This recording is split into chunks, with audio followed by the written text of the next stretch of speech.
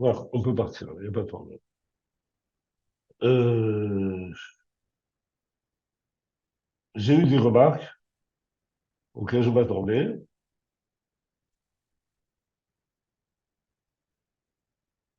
qui concernaient le fait que euh, la vision que donnait la présentation que j'avais donnée sur Shemot la dernière fois, elle bouleversait complètement ce qu'on connaissait de la Haggadah de Pessah et de Pessah en général. En effet, nous, on avait pris l'habitude de voir que les Bnei Israël étaient des esclaves qui étaient maltraités par leur oppresseur qui s'appelle les Égyptiens et par Pharaon. Pharaon. Et ça, on l'a regardé depuis des années, des dizaines d'années où on lit la Haggadah. Et puis moi, j'arrive avec ce que nous apportent les sages kabbalistes, on va dire comme ça, le Soulam, pour dire, eh ben, pour dire que non, en réalité, c'est pas cela. Ce qui est en réalité la véritable oppression des Hébreux, c'est l'oppression qu'ils avaient de leur Yetzer Hara.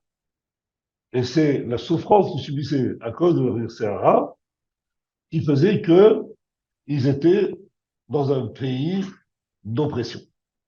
Ils étaient enfermés en Égypte. Cette Égypte, on va voir ce que c'est. Pharaon, on va voir ce que c'est. Les Égyptiens, on va voir ce que c'est. Et j'ai amené quelques preuves comme ça pour démontrer qu'en réalité, les Bnei Israël n'étaient pas si mal en Égypte et qu'ils en avaient souffert, mais pas physiquement, mais essentiellement spirituellement. Et c'est le fait d'avoir souffert spirituellement qui a causé leur désir d'en sortir. Aujourd'hui, on va continuer un petit peu sur cette base en reprenant une phase de souffrance qui est décrite dans la Torah, déjà décrite dans la Torah de Shemot, où on voit que Aaron et Moshe se présentent devant le peuple d'Israël en leur annonçant qu'ils vont être sauvés. Et là, ils vont avoir une grande émouna, ils vont se prosterner et tout ça, avec, avec enthousiasme. Et suite à ça, comme on dit, le cœur de Pharaon va s'endurcir.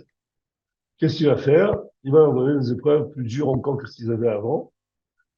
Les épreuves étant, comme on l'avait vu, qu'ils vont leur donner le même travail à faire, mais sans la paille. Je ne sais pas si vous connaissez toute l'histoire. Ils devaient produire des briques. Ces briques devaient produire de la paille. La paille qu'on leur donnait tous les jours, on ne leur donne plus. Ils devaient aller chercher partout de la paille. Et ça devenait une catastrophe parce qu'ils devaient fournir la même quantité de briques. Et donc, c'était une souffrance terrible. Ils ont été à un point de cette souffrance tel que ils ont poursuivi Moshe et Aaron pour essayer de les tuer ou de les frapper ou de les lâcher. Et c'est avec ça que se termine à peu près la, la paracha de Shemot sur les paroles de Moshe Rabbeinu, qui va dire à Kadosh Baruch Hu, écoutez bien, pourquoi as-tu fait du mal à ce peuple? Pour quelle raison m'as-tu envoyé? Depuis que j'ai parlé en ton nom à Pharaon, la situation de ce peuple a empiré et tu ne les as pas délivrés. En d'autres mots, Moshe Rabbeinu, il fait des reproches à Hachem.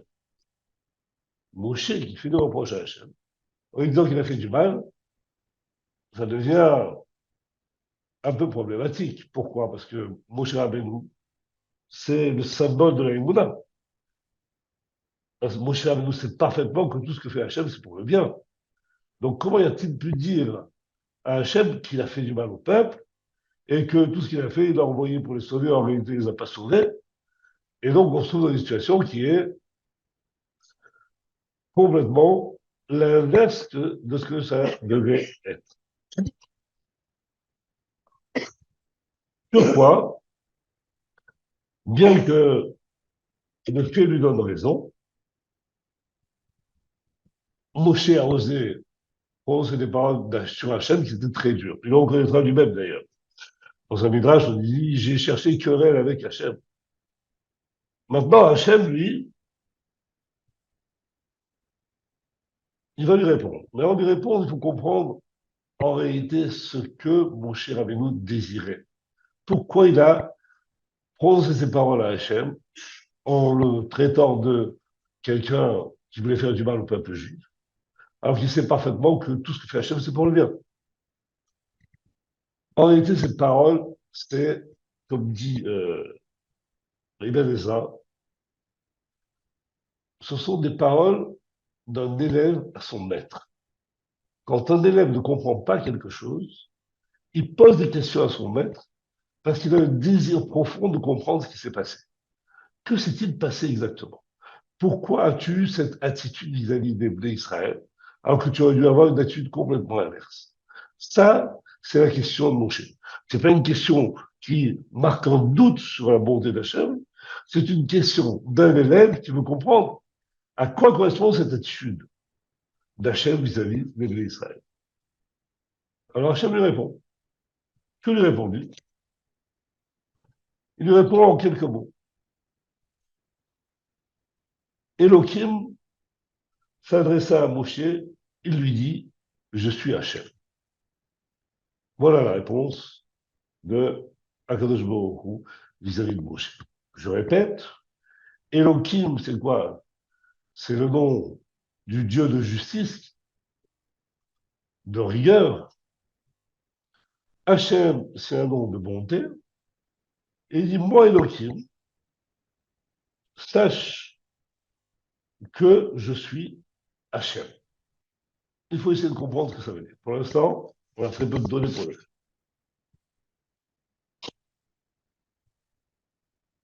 Maintenant, pour revenir au sujet de la semaine dernière où j'ai été un petit peu accusé de vouloir déformer la Yom Pessah et de donner du pain à manger à ceux qui veulent contester les paroles des Chachamim, évidemment, c'est pas du tout mon intention. Au contraire, je veux élever les paroles des Chachamim. Nous, on les comprend avec une certaine forme, et on va donner une autre forme qui va permettre de comprendre ce que les Chachamim vont être de très profond à nous dire. C'est ça qu'il faut voir. Et je vais m'appuyer sur ça avec sur le Rav Dessler lui-même. Écoutez ce que dit le Rav Dessler. C'est mon supporter numéro un. Vous allez voir. Il y en a d'autres. Hein. Que dit-il? Il dit dans Mertab Eliyahu, l'homme, pardon, tout sujet et tout objet possède un contenu intérieur, pnimi. Celui qui s'attache à jeter un regard intérieur sur chaque chose, il découvrira son essence, c'est-à-dire son contenu spirituel. Que veut dire par là? Et quand je m'intéresse à une histoire qui est racontée dans la Bible, par exemple, il y a un aspect extérieur. Je vois quoi? Yehuda qui va chercher une prostituée qui est Tamar, sa belle-fille. Je prends le tenir là et après faire tous les ragots que j'ai envie de faire. Maintenant, si je m'intéresse au côté intérieur, je vais découvrir l'essence de ce qui s'est passé là-bas. Et ça peut être vrai pour toute la Torah, également pour la Haggadah. Donc, quand on recherche l'intériorité de ce qui est écrit ou ce qui a été dit par nos Chachamim, ça signifie que je cherche à comprendre l'essence de ce qu'ils veulent dire. Et cette essence-là, elle est destinée à ce que moi-même, je comprenne la Torah telle qu'elle est dans le fond. Il poursuit l'Rav Dessler au sujet de Yetziat Mitzrayim. Écoutez bien. L'homme soucieux de l'intériorité et de la spiritualité des choses ne verra dans l'exil physique en Égypte qu'une simple circonstance. Ça veut dire quoi? Quelqu'un qui s'intéresse précisément à la plénitude des choses, à l'intériorité des choses, quand il va observer l'exil d'Égypte, il ne va pas observer simplement que l'on a devant soi un peuple qui est opprimé par un autre, et s'il perçoit cela, c'est-à-dire cet exil physique, où la souffrance physique est là, pour lui, ça n'est qu'une circonstance, c'est-à-dire c'est quelque chose de secondaire. Secondaire. On ne dit pas que ça n'a pas eu lieu, on dit que ça, c'est secondaire. Tandis que son l'objet véritable de l'exil d'Égypte, c'est quoi? Écoutez bien, c'est l'exil de l'âme. C'est le Rav Dessler qui parle, pas moi. Et précise, pour être tranquille. C'est-à-dire la domination que le Yetzer Hara exerce sur elle, sur l'âme. Donc en réalité, ce qu'on a dans nous, que pour le Rav Dessler, il ne faut pas s'en tenir à l'exil d'Égypte en tant qu'exil et souffrance physique, mais réellement à ce qui s'est passé à l'intérieur de l'homme avec la domination du Yetzirah sur son âme. Vu sous cet angle, on va pouvoir observer la Hayala ainsi que toutes les circonstances qui sont produites dans le Chumash au sujet de l'Égypte de manière complètement différente.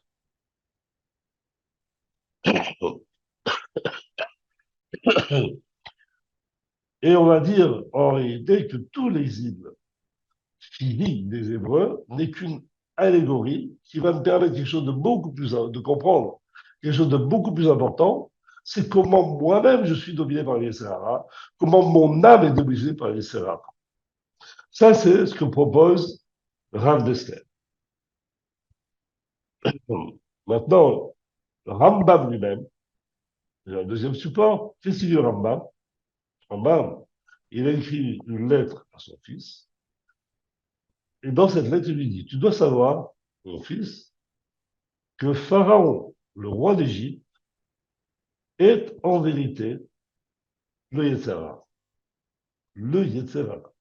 C'est-à-dire, quand tu vas voir le mot Pharaon, tu vas à présent faire une. Savoir que c'est une allusion au Yetzirah. Une allusion au Yetzirah. Ça ne veut pas dire que Pharaon n'a pas existé, que les Égyptiens n'ont pas existé, que l'exil n'a pas eu lieu. Non.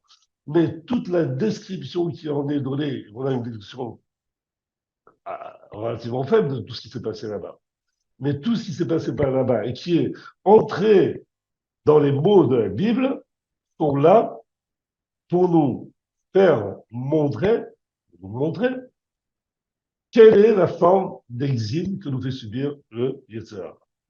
Donc voilà, le pharaon, c'est Yetzirah en vérité. Le reste, Moshe Rabbeinu, c'est la partie de l'esprit attachée au divin, c'est-à-dire à Kadosh Baruch Hu, c'est l'âme. L'Égypte, c'est le corps de l'homme. Et, pardon, Israël dans son ensemble, c'est en réalité l'esprit du juif. Que va faire le juif avec cette opposition qui est que d'un côté, il doit s'attacher à Dieu grâce à Moshe, et de l'autre côté, il est attiré vers la matérialité par Pharaon. Donc, soyez ça. Donc, vous voyez que j'ai pas tellement inventé, je vous en racontais la dernière fois. Mais bon, je vais pas insister là-dessus. Alors, alors maintenant, tout ça, c'est ce qui va se passer là-bas, ce qu'on va apprendre dans cette visite d'Égypte, c'est comment le Sahara fait subir sa domination sur l'homme et comment il peut sortir de cet asservissement et être libéré. Et cette libération, elle commence avec Moshe et Aaron, qui vont voir le peuple, comme je vous l'ai dit, et le peuple va être très content d'apprendre qu'il va être libéré.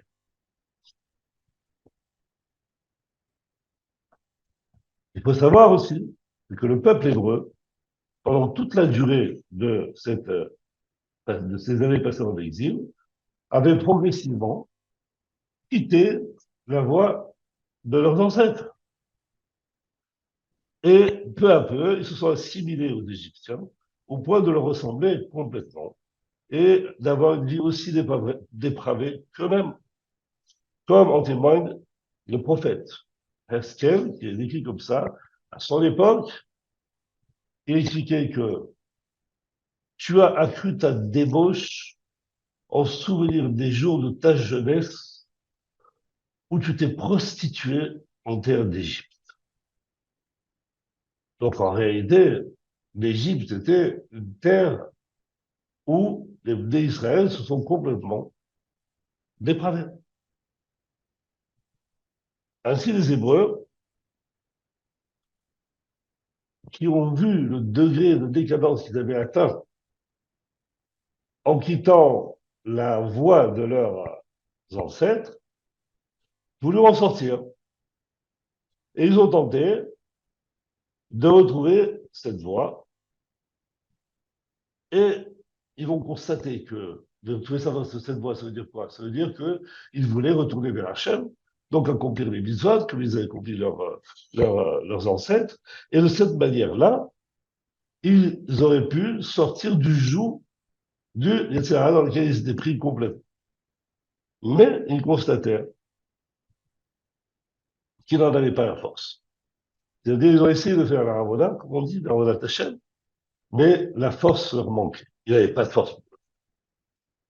C'est alors que Hachem leur envoie au chef et alors, pour les sauver et leur montrer la voie. Et quelle est cette voie? Quelle est donc la voie à suivre pour se rapprocher d'Hachem? Bon, je leur apprends. Dans la Torah, c'est marqué Ve'ahavta v'le'acha kamocha. Ça veut dire que vous qui êtes complètement plongé dans un égoïsme identique à ceux des Égyptiens, je vais vous demander quoi? De rentrer dans l'inverse de ce que je vous dis avant. Avant, vous vous occupiez que de vous-même, c'est-à-dire de vos plaisirs, de votre intérêt personnel. Aujourd'hui, je vous demande quoi? De vous intéresser au prochain, d'aller vers le prochain et de l'aider.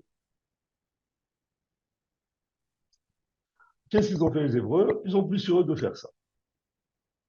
D'écouter la voix d'Hachem, avec confiance. Bien que pour cela, il fallait qu'ils bouleversent complètement leur nature et leur mode de vie. Ils se sont donc envoyés de toute leur force à le faire et à retrouver les voies de leurs ancêtres afin de se libérer du joug du Yetzirah. Mais ce dernier, c'est-à-dire, si on prend l'allégorie, c'est Pharaon. Si on prend on dit l'intériorité des choses, c'est le Yetzirah lui-même. Voyant qu'il ne tirait aucune jouissance de cette aoda, de ce travail-là, de faire ce que, euh, ce que demandait Moshe Rabbeinu, c'est-à-dire d'aller vers le prochain pour l'aider, on n'en tire aucune jouissance. Il a commencé à les, comment dire, alors mettre dans l'oreille que ce qu'il faisait était totalement inutile. Il leur a dit, mais que peut-on gagner à faire du bien aux autres? Est-ce qu'on connaît un serviteur qui sert son maître sans vouloir recevoir de salaire? Pourquoi s'épuiserait-on pour lui alors qu'on n'a rien à y gagner? Et donc, ça veut dire, ça signifie quoi? Ça signifie qu'en réalité, ça signifie d'abandonner tout ce qui concerne notre personne, c'est-à-dire notre désir de jouir de la vie, pour aller en faire profiter quelqu'un d'autre, d'autres personnes. Et que dit le Ramban, pardon, de Nachman sur cela? Il dit comme ça, il dit, cette mitzvah est une exagération de la Torah. Comment le cœur d'un homme pourrait-il accepter d'aimer son frère autant qu'il aime sa propre personne? Autrement dit, Ramban soulève une question que tout le monde soulève en réalité. Tout le monde, ça dans la tête. Comment moi je vais pouvoir aimer mon prochain plus que moi-même ou autant que moi-même? C'est quasiment impossible. Et donc, cette mitzvah qu'on leur demande de réaliser est impossible à réaliser. Mais en plus, elle causerait des désagréments sans apporter la moindre satisfaction. Donc, les Hébreux, ils vont conclure de ça que malgré leur bonne volonté, ils resteraient éternellement prisonniers de Pharaon et ils vont protester auprès de Moshe. En réalité, qu'est-ce qui s'est passé? Il s'est passé que ils ont essayé de faire cette mitzvah-là, que cette mitzvah était tellement compliquée qu'ils ont vu qu'ils n'y arriveraient jamais. Et donc, s'ils n'y arrivent jamais, ils ne pourront jamais se rapprocher d'Hachem. Ils ne peuvent pas se rapprocher d'Hachem. Ils ne pourront pas quitter l'influence du Sahara. Et donc, ils vont rester encore éternellement en Égypte. Ils vont s'adresser à Moshe et dire, nous avons accepté de servir Hachem, sans rien attendre en retour, comme tu l'as demandé. Ensuite, bon, Ishma. Mais nous savons à présent que nous en sommes incapables, totalement incapables. De plus, au lieu de vous libérer de Pharaon, ce dernier a accru nos tourments, comme on le voit dans la paracha précédente, où il aura accru le travail, face au niveau de l'allégorie.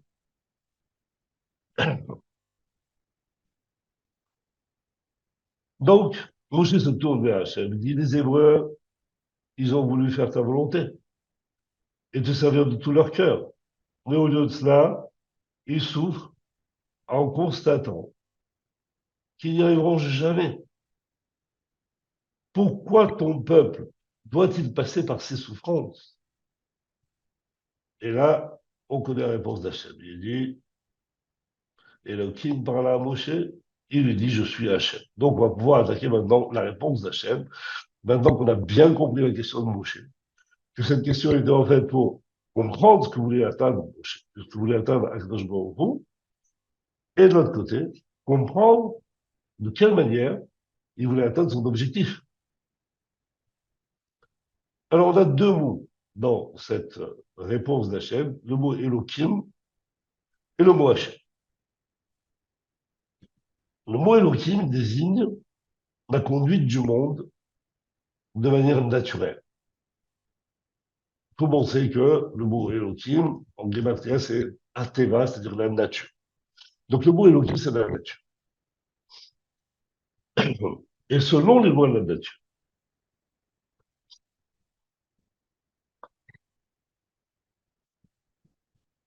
il est impossible aux Hébreux de sortir de l'emprise du Yetzirah. Pourquoi?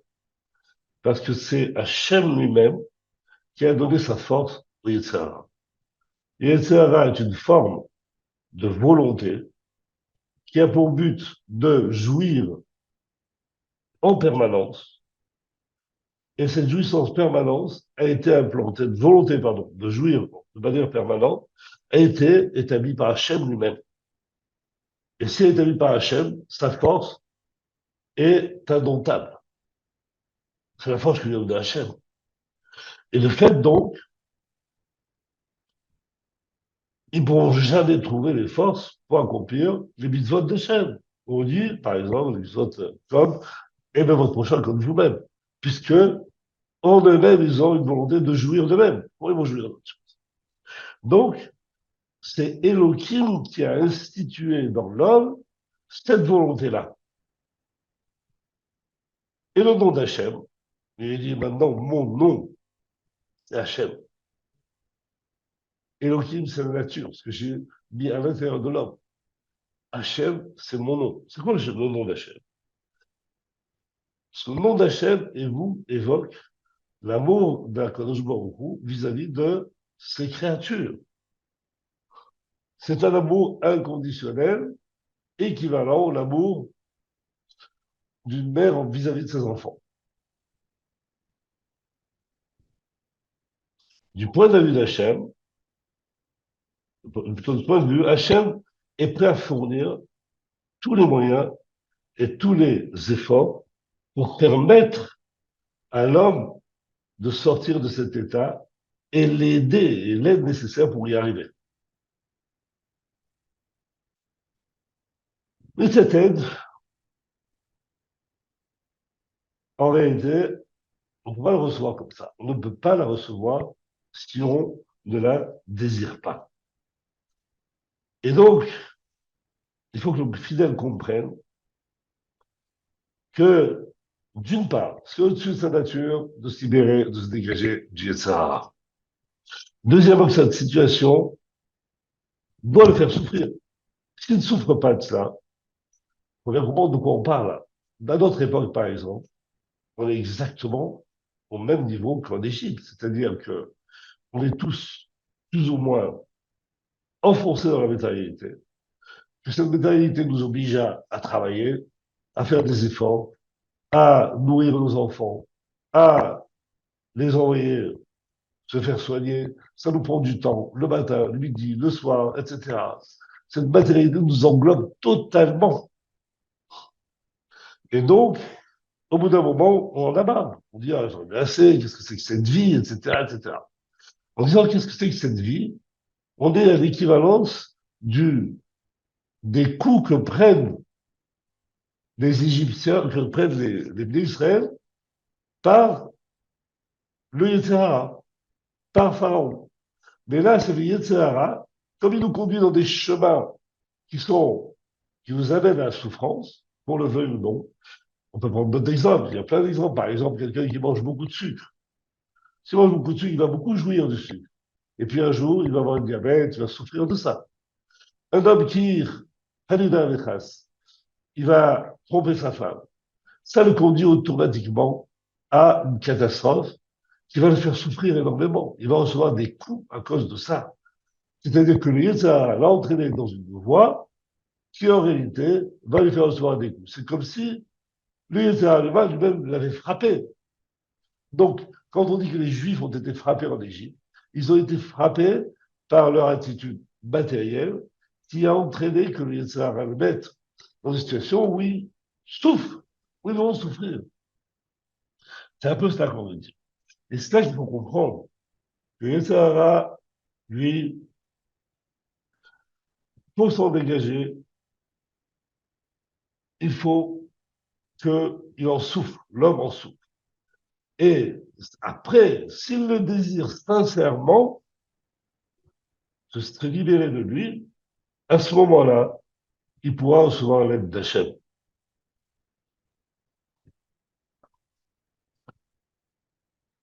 Et c'est ce qui s'est passé en Égypte. En Égypte, ils ont souffert. Ils ont souffert quoi? Des coups que leur donnaient les Égyptiens? Non, des coups que leur donnait le Sahara. Ils ont vu que leur famille partait dans tous les sens, qu'ils n'avaient aucun objectif dans la vie, que tout était fermé, l'horizon était totalement fermé. Alors que ils auraient pu suivre le chemin de leurs ancêtres, ils auraient été dans une voie de bonheur, une chose de très ouverte, où ils auraient vu la vraie vie spirituelle. Et là, ils se sont réveillés. Comme on l'a vu la semaine dernière dans la paracha de Shemot, ils ont crié vers Hachem. Ils ont crié vers Hachem, ça veut dire quoi? Ils n'en pouvaient plus, ils voulaient sortir de cette situation. Donc en réalité, pour sortir de l'emprise du Sahara, il faut voir qu'il est mauvais, qu'il me fait du mal, et que, à cause de ça, je veux en sortir. C'est pour ça que je veux en sortir. Ainsi, donc, un homme qui veut s'élever vers Hachem, il va donc savoir que cette tâche est au-dessus de ses forces. Donc, quand je suis en train de vivre cette vie, il faut savoir que si elle me convient, ça veut dire que je ne me rapproche pas du tout d'Hachem. Je suis très loin de lui. Il faut que je ressente que, au contraire, cette vie ne m'amène à rien, ou presque. Mais c'est une vie de Torah. Si cette vie de Torah n'a pas pour objectif de me rapprocher d'Hachem, à ce moment-là, je dois en souffrir. Je dois avoir du mal sur ça. Ce qui n'est pas le cas, j'en conviens. C'est très très rare de se trouver dans une situation où on souffre de ce que les Yetzirah nous fait subir. Sauf dans des cas où les maladies, la mort, etc., etc. Maintenant qu'il sait ça et que seul Hachem peut le sauver, Parce que c'est lui qui a fixé les limites, et donc il peut les dépasser. Et donc, qu'est-ce qui va se passer? Il va y avoir des miracles en Égypte, beaucoup de miracles. Ces miracles vont accompagner la délivrance. Pourquoi il y a eu ces miracles? Pourquoi Dieu a-t-il fait autant de disciplés, plus la mer rouge, etc., etc. Il l'a fait pour dévoiler sa grandeur à lui. Et donc, les Israël, ils avaient un choix à ce moment-là. Les Sahara, ils ne pouvaient pas s'en débarrasser. Il leur fallait vouloir en sortir. Une fois qu'il y a eu les plaies qui sont venues et qu'on a vu la grandeur d'Hachem, la tâche était beaucoup plus facile. C'est-à-dire qu'une fois que tu vois la grandeur d'Hachem, tu peux te libérer du joug du Sahara. Et donc, leur désir d'en sortir était beaucoup plus grand. Et c'est donc à ceux-là que a conduit la sortie d'Égypte.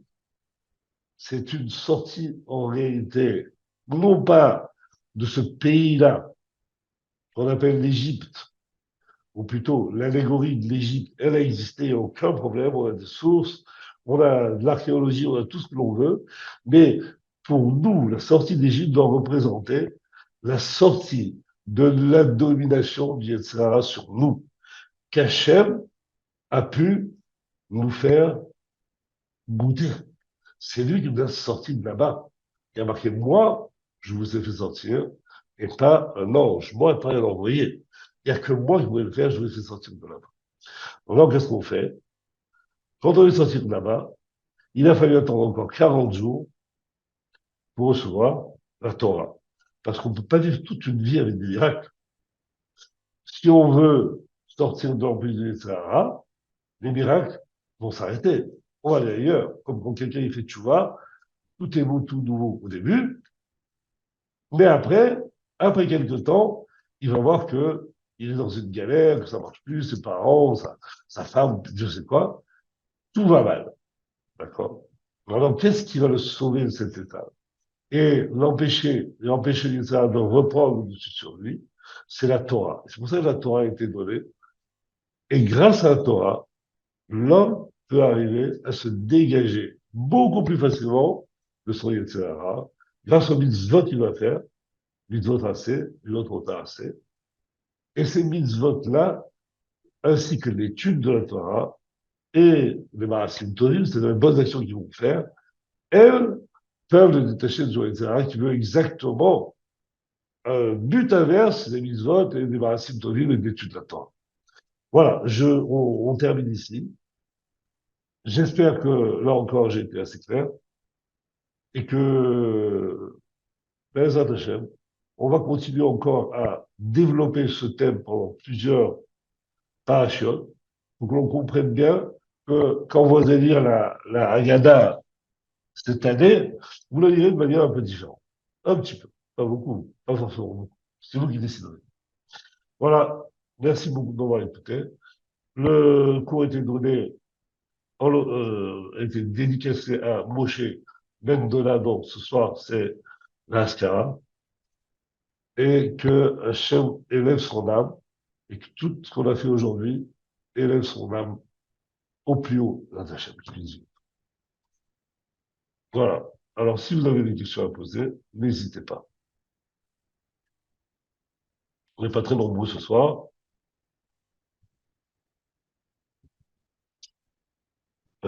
Qui je vois, voilà. Alors, allez-y. Vous pouvez ouvrir les micros parce que sans micro, vous ne pouvez pas parler. Et moi, je ne peux pas les ouvrir pour vous.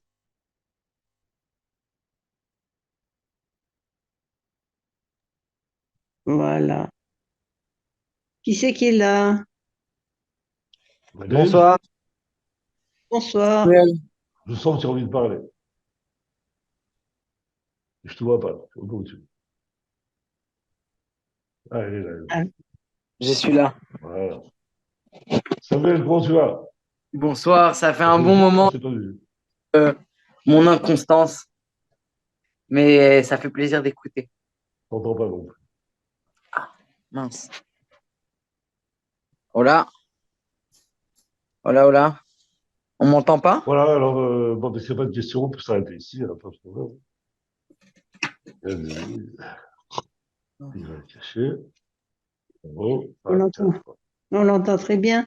Alors, je vous souhaite voilà, On m'entend? On m'entend pas? une bonne nuit, une bonne soirée, et surtout, vous avez de Eh chance ben, d'avoir conservé un petit peu de ce que on a pu étudier ce soir. Voilà, je vous laisse merci à en tout cas. tous. À très bientôt. À la semaine prochaine, si tu Merci. veux. Très bonne soirée. Que des bonnes